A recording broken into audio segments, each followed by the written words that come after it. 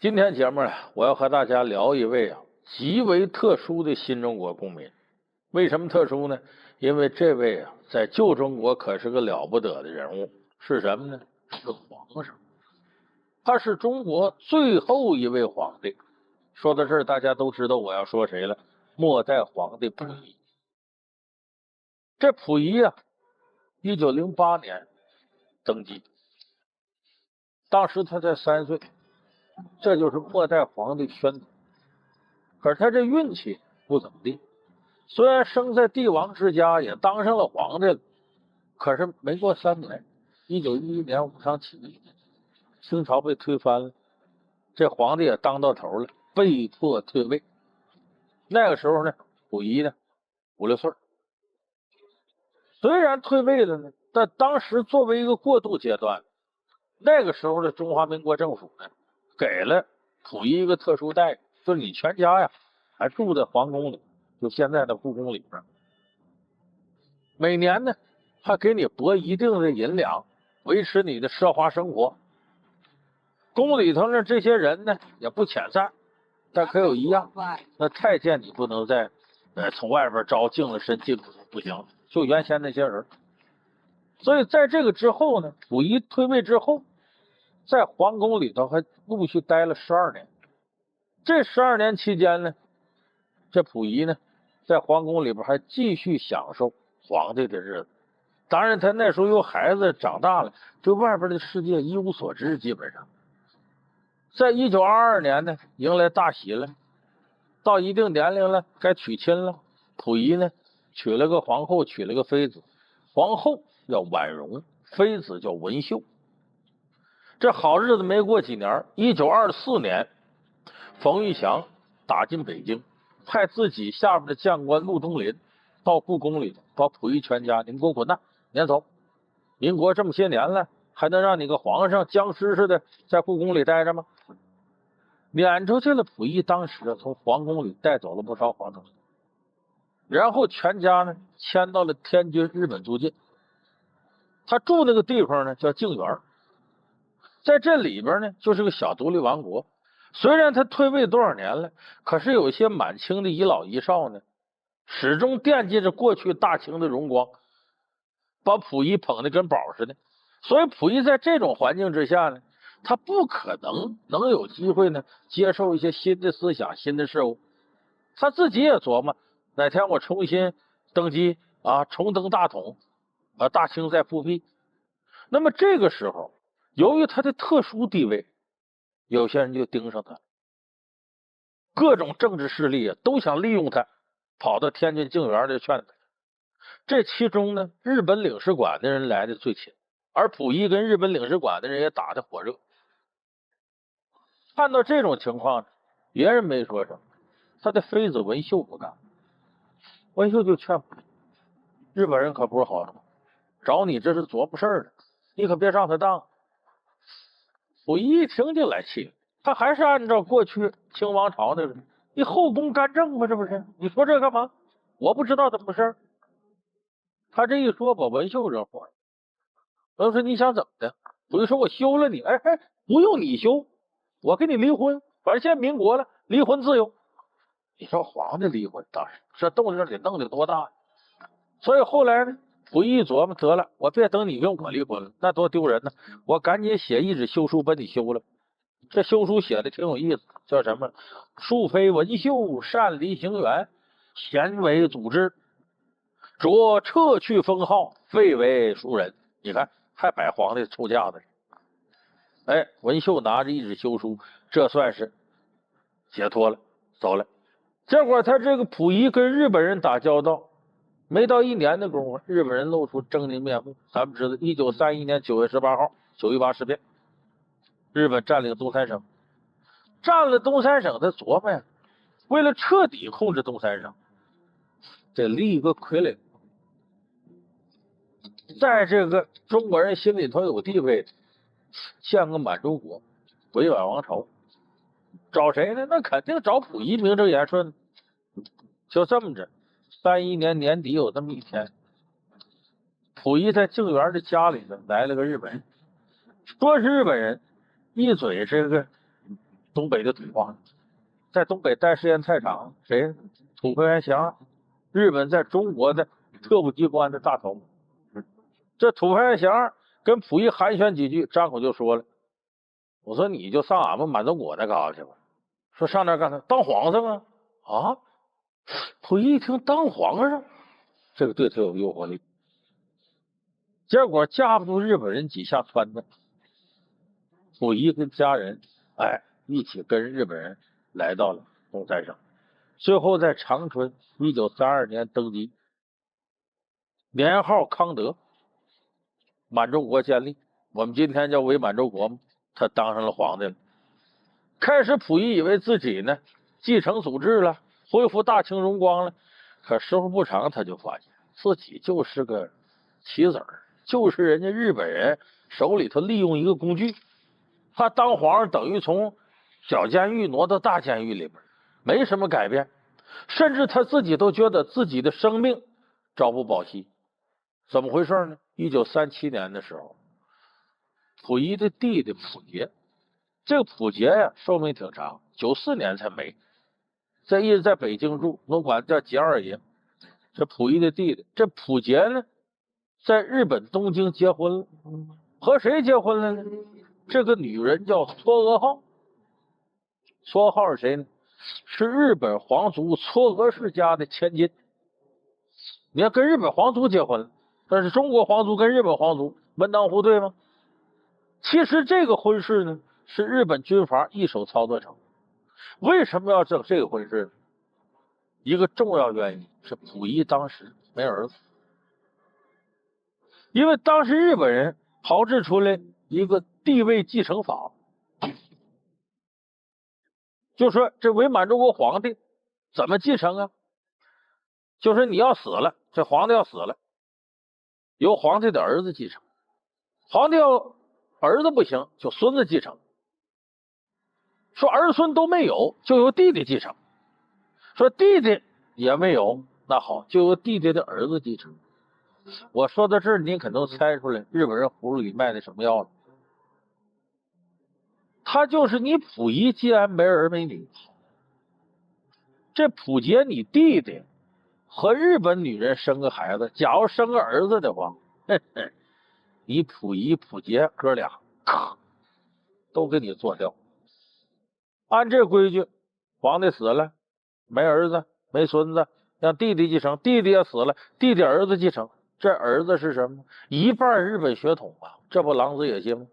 所以这个地位继承法和这个溥杰和嵯峨号的婚事是一脉相承。溥仪不是不明白这事儿，也吓得不得了，他就怀疑这嵯峨号肯定是日本间谍，在皇宫里待着是朝不保夕，惶惶不可终日。过2年，溥杰和嵯峨号孩子出生，这一出生，溥仪才放心了，怎么生了个丫头女儿，不是儿子。溥仪想，我这小命暂时还能保住，他给起名啊，起个爱新觉罗惠生，智慧的慧，但这名也有深意。爱新觉罗惠生，意思溥杰绰号你们真会生，生个丫头生儿子我完了。所以这阵儿呢，溥仪以为自个儿松口气儿了，可没想到紧跟着日本人把主意打他身上。那个时候呢，溥仪已经有第3个妻子，是出身满洲贵族，名字叫谭玉玲。可是1942年22岁的谭玉玲就死了。那会儿溥仪生活很不如意，跟这谭玉玲呢，管怎么还能聊到一块儿？说他不有个文秀离了，还有皇后婉容。婉容这会儿啊，等于成了囚徒一样的，在皇宫待着没事，染上大烟瘾了，一天得抽多少呢？2两鸦片，再加80颗香烟。你琢磨琢磨，成大烟鬼了。皇后成大烟鬼了，妃子文秀离了，就这么个谭玉玲，作为当时封为贵人嘛，跟这个溥仪还有点共同语言，22就死了。所以溥仪就等同于独身一样。这时候日本人琢磨了，跟我们日本女人结婚吧，给你介绍日本皇族的，这个美貌那个条件什么。你别说，溥仪当时真有点骨气，不干，我誓死不娶日本女人。他为了断了日本人念想，溥仪啊就在长春民间找，也打破祖上规矩了。祖上满汉不通婚嘛，你这满族的皇帝呢，你肯定得找满族人，也顾不了那么多了。在一些女孩里挑出一个叫李玉琴，娶了这李玉琴，封她为福贵人。说福贵人，没想到没2年，日本人倒台了，溥仪跑了，这福贵人和婉容就双双给扔到长春的伪满皇宫里。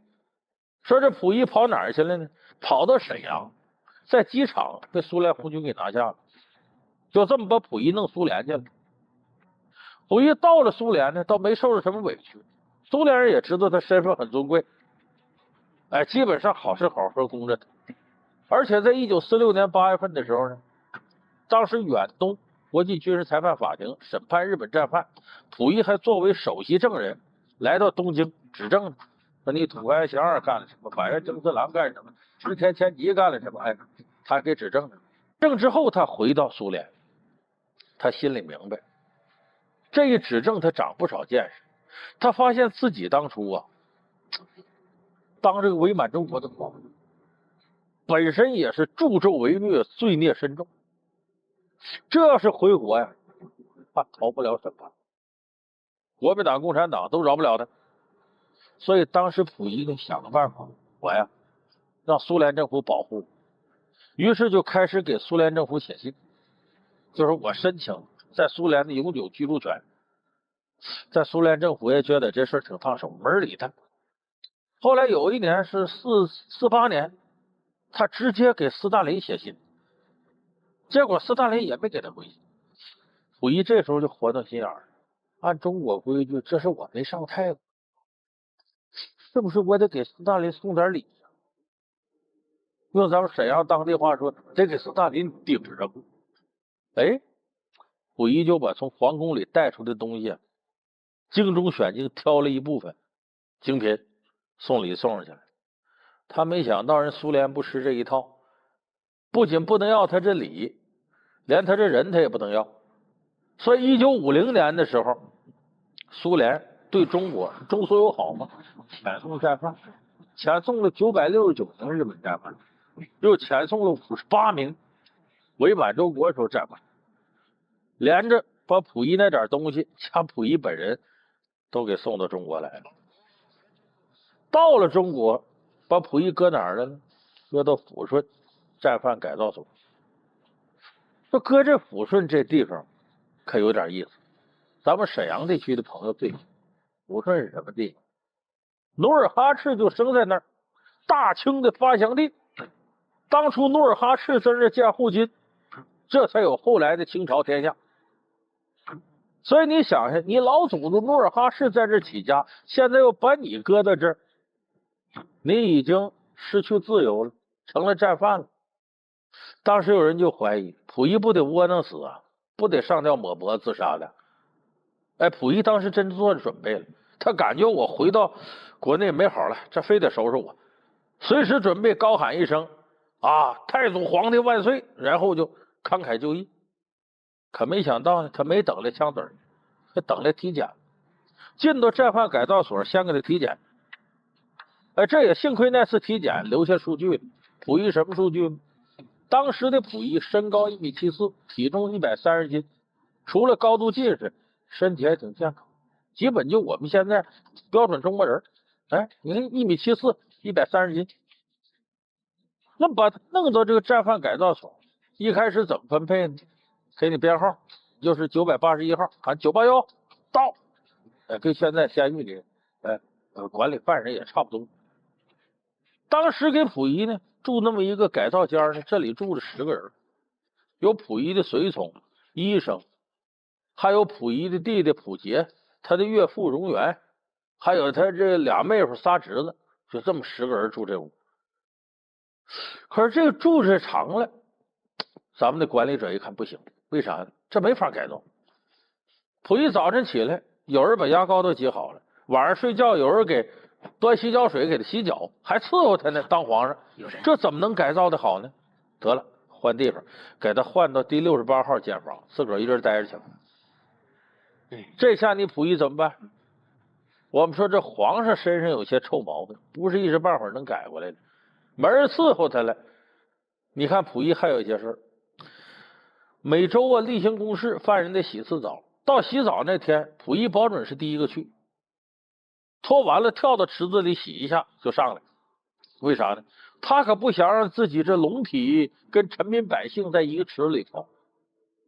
到理发的时候，他打发他侄子，保准站理发中间那座，要两边他宁可就不低头了。你看这皇上臭毛病，而且同时周围的人呢，谁不再拿他当皇上了？有时候看他这样还可笑，还笑话他。溥仪觉得受不了，哎，我一个皇上，尔等臣民对我指指点点，成何体统？哎，反正那臭毛病改造起来很费劲。但是呢，溥仪呢，在狱中一点点的，人们能感受他的变化。你看呢，他一点点的自己能吃饭了，以前都得人家喂，这是，而且洗衣服会了，天天早上出早操，自己还能补袜子了。在咱们看，这都属于简直太普通的事儿。可作为一个皇上，会干这个还真挺不容易。一点点，他原先体格不行，这一自个儿锻炼，行了，不再像以前上几阶台阶就喘，龙体欠安，体格也好了，一顿吃3大碗饭，那这么大个饺子能吃30多个，你看身体还变好了。所以溥仪在这个过程当中，他的思想一点点也发生了变化。通过教育，他认识到自己当年出任伪满洲国这傀儡皇帝，等于给东三省雪上加霜，确实自己对不起中国人民，跟日本侵略者勾搭到一块儿，这是犯下了严重的罪行。他由内心往外的感觉到自己错了，开始忏悔。于是1959年12月4号，溥仪领下来了一个伟大的日子，他被特赦了。特赦战犯里他排第1号，回到了阔别40年的北京，40年没回老家。经周总理亲自安排，先给他安排到北京植物园安顿下来，先工作。过了一段时间呢，根据他的特长，给他调到北京政协当文史委员。是，你看那皇上他得见多少事儿啊？当文史委员正合适。那么这个时候呢，政府也开始关注溥仪的婚姻生活。哎，有人说长春那不有那李玉琴、福贵人等着呢？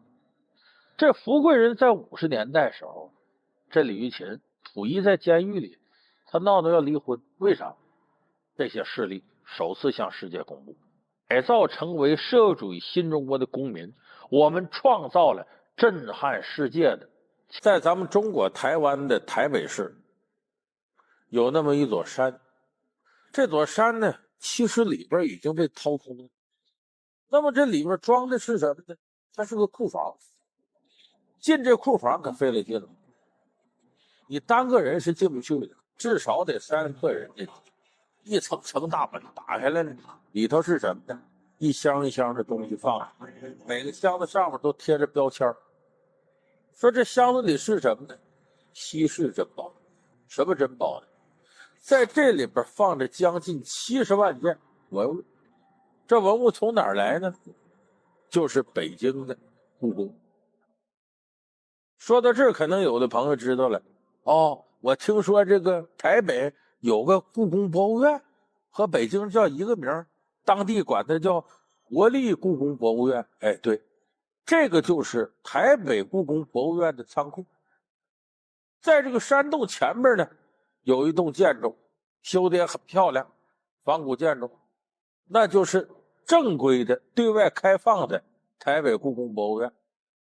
在这里边呢，放的展品呢，都是从这个山洞里拿出去的。说的这展品都是什么呢？从这里优中选优挑出去的。你要把这70万件都展完了，得33年。所以这个就是举世闻名的，称得上中华文化的宝藏——台北故宫博物院。说它名气大到什么程度呢？世界上呢，总共有5大博物馆公认的。说法国卢浮宫，英国大英博物馆，美国大都会博物馆，俄罗斯有个东宫，咱们平常不说什么东宫吗？现在那儿就是个博物馆。这是世界5大博物馆的其中4个。剩下一个就是故宫博物院。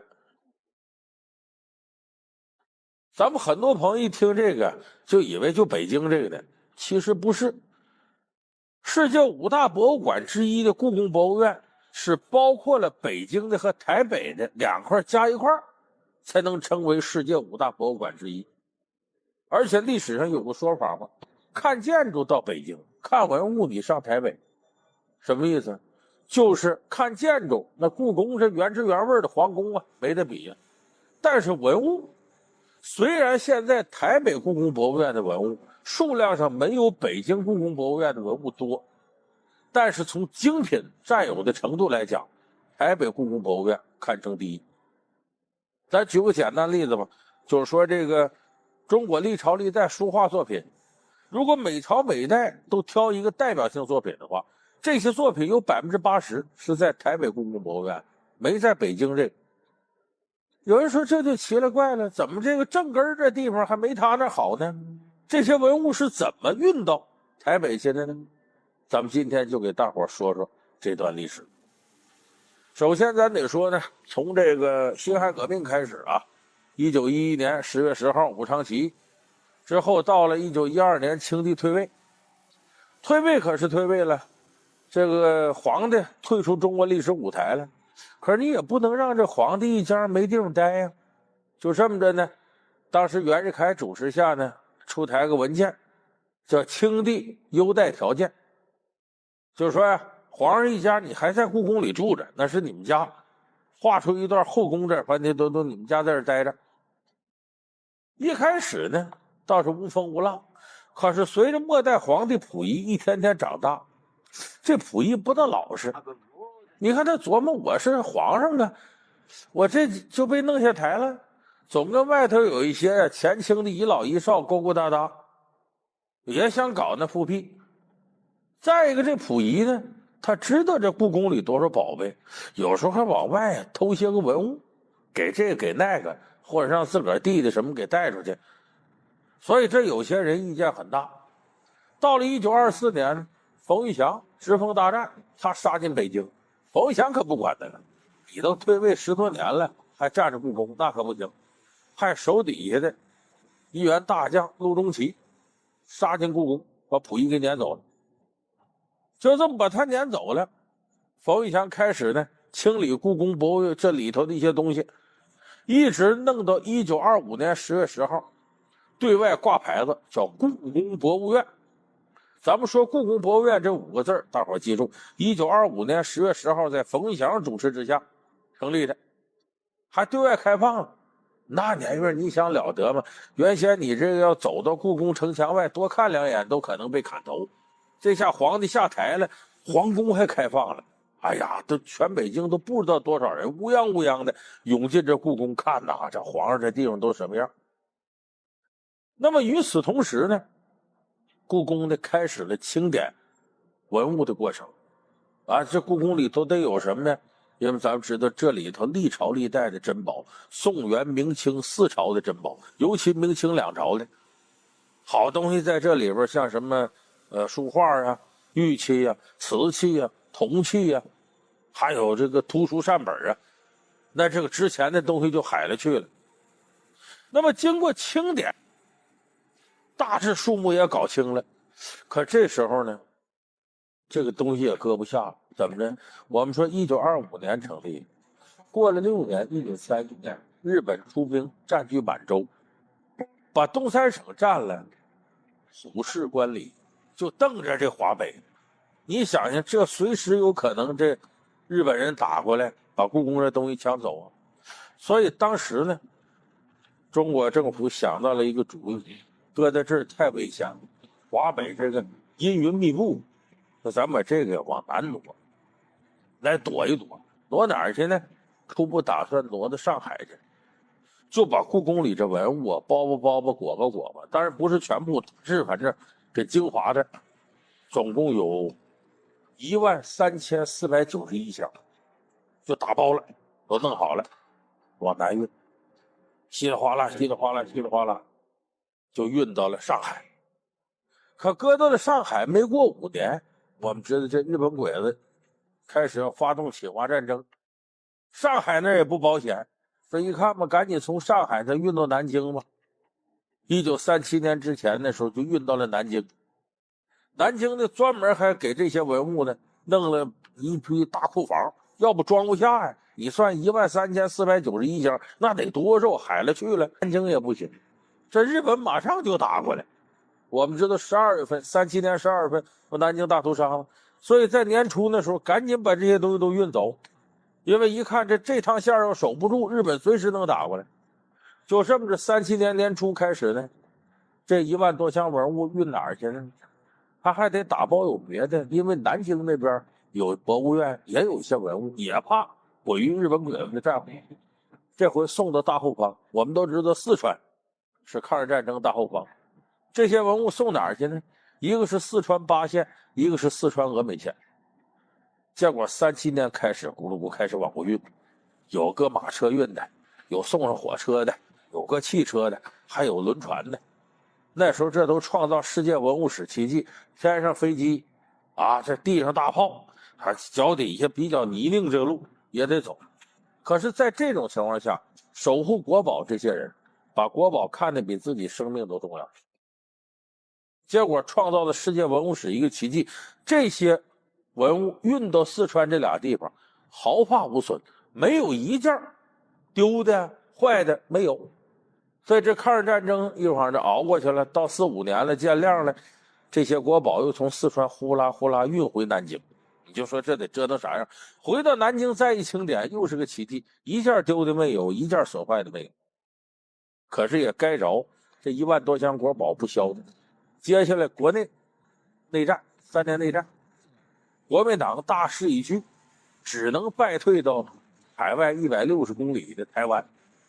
所以当时蒋介石决定呢，把这些文物往那运。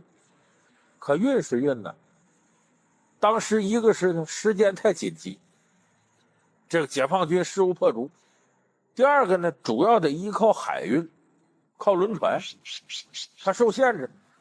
所以1948年12月，头一艘轮船过去了，是个军舰，名字叫中华鼎号。他拉了大概700多箱过去了，结果这个船命途多舛，进台湾海峡的时候起了风浪了，就进不去，在海上漂泊了4天，总算能够进到台湾海峡里面去了，海港里头去了。那船上人有不少人头一回到台湾，一看这地方好啊，吃香蕉随便吃，在南京都得切成片分着吃。你看，就这么把这个文物运过去。后来到49年1月份。又陆续运过2船，加一起呢是运过去2972箱文物，占整个这个一大批文物的22%。在这里呢，也有在南京收集的800多箱。就这么着，呼啦啦呼啦，这波运过去了。由于是匆忙，再加上运力有限，运气这2900多箱，你可别小瞧了。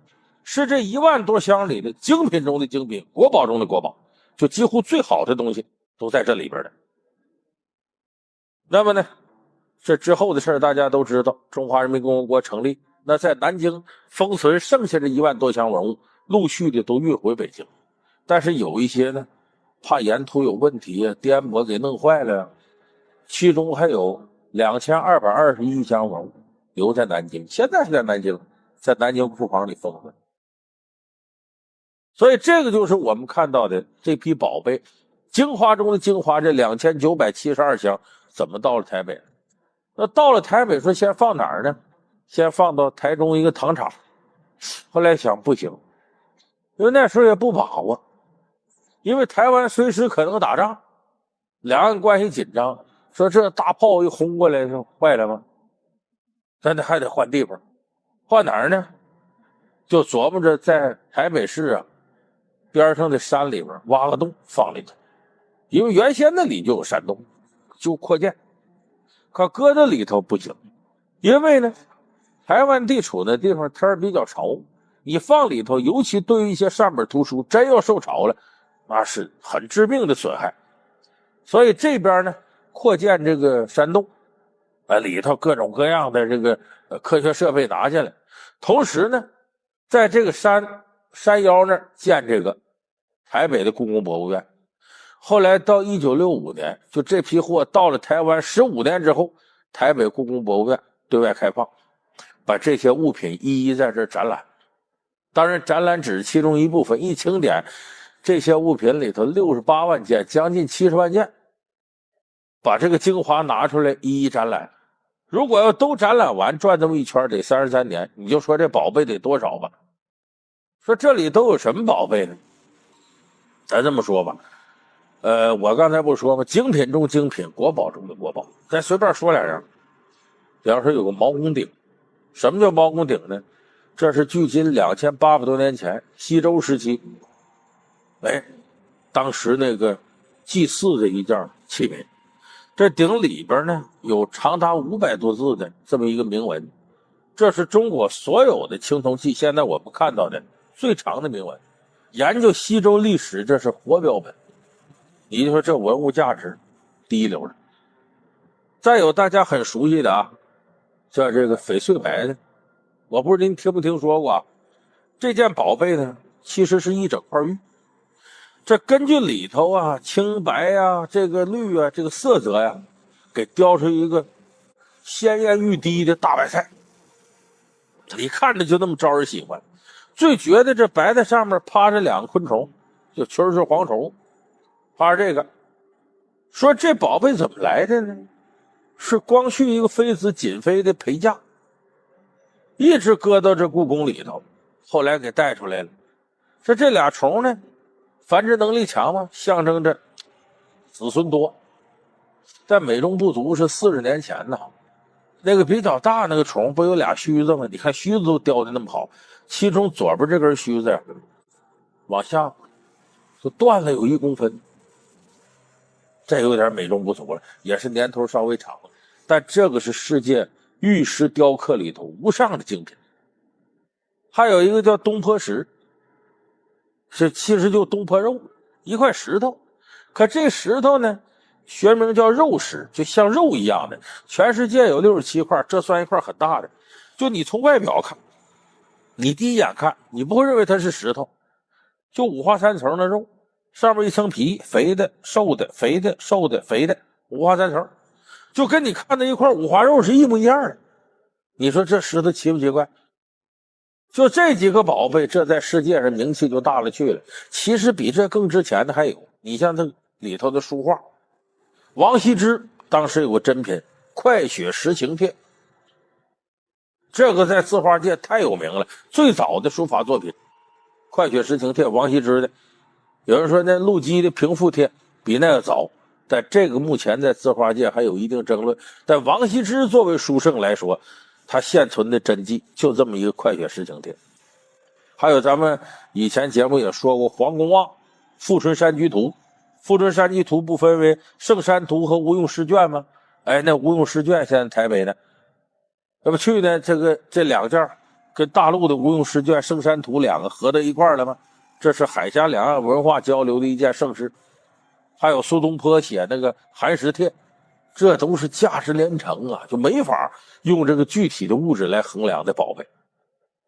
所以它这里边的宝贝那多了去了，而且是精品中的精品。